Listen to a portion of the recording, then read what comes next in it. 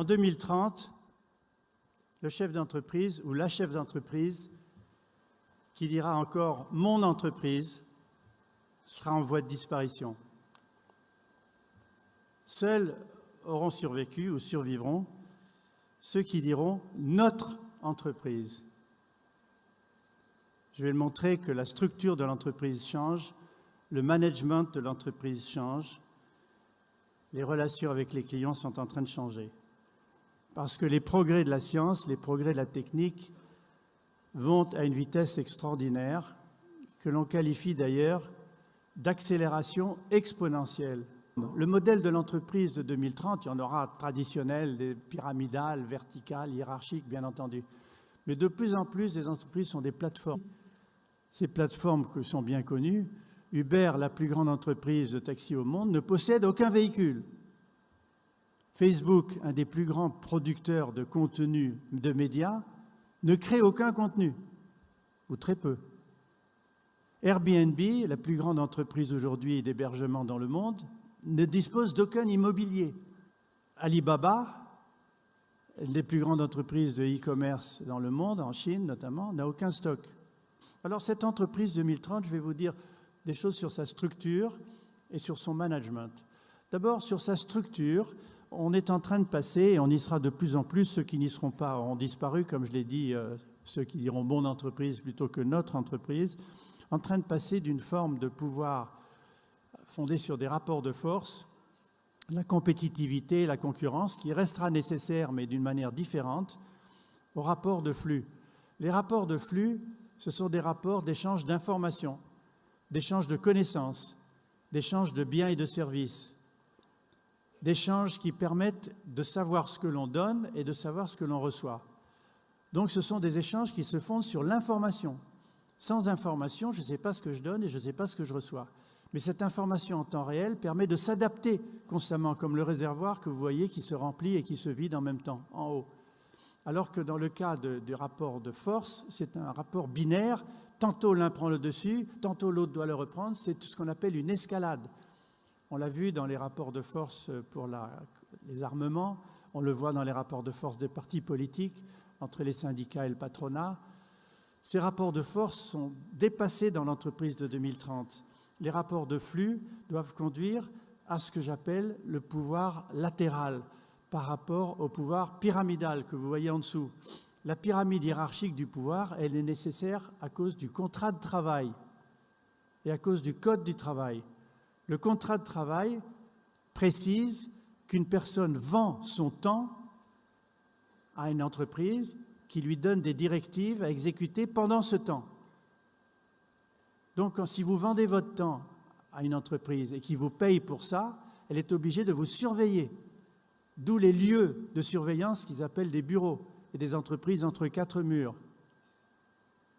D'où une hiérarchie de personnes qui surveillent ce que font les autres pour être sûr que dans le temps qu'on vous paye, vous faites le travail qu'on vous a demandé de faire. Donc le contrat de travail et le code de travail ont conduit, et c'est en train de changer, je vais montrer pourquoi, à cette vision pyramidale traditionnelle des entreprises classiques en voie de disparition.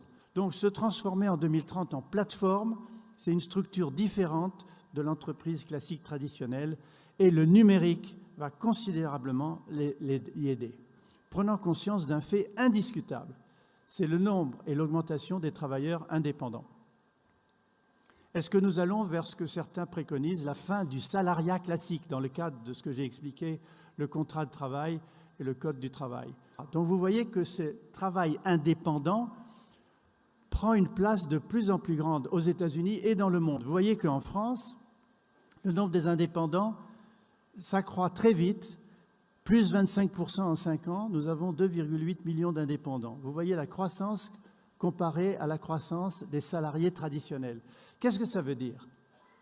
Ça veut dire que de plus en plus de ces indépendants, qu'on appelle aussi aux États-Unis des slashers, des freelancers, des slashers ou des freelancers sont capables de désintermédier des entreprises par leur auto-entrepreneuriat et en réseau. Alors, dans tout ça, est-ce que le manager augmenté de demain et la manageuse, terme qui n'est pas très beau mais qui veut bien dire ce qu'il veut dire, vont-ils avoir à gérer une coopérative d'indépendants? C'est la question que je pose. Je pense que le manager augmenté, qui, dans mon esprit, ne sera pas seulement augmenté avec des nouvelles technologies, depuis le temps qu'on dit nouvelles, disons avec les technologies du numérique, pas seulement augmenté par la tech, augmenté par les gens. Le manager augmenté sera quelqu'un qui sera augmenté grâce aux gens qu'il aura su organiser en réseau, en projet pilote, en projet permettant d'avancer ensemble, d'évaluer son avance par rapport à ce que l'on cherche comme objectif. Donc c'est ça le manager augmenté de demain, augmenté grâce aux gens.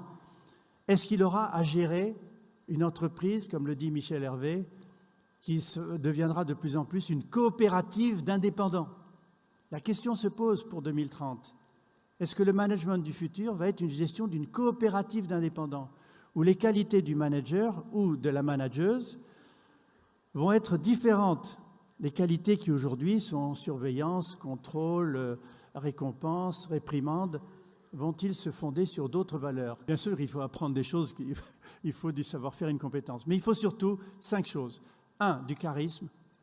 2, de la vision à long terme. 3, des valeurs d'empathie, d'altruisme, de générosité, de respect de la diversité, de respect des autres. 4, une écoute permanente des gens. 5, la confiance.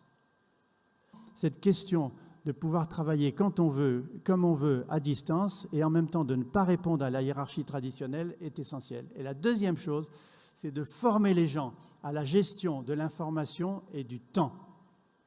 Ça se gère, ça existe, il y a des programmes pour ça.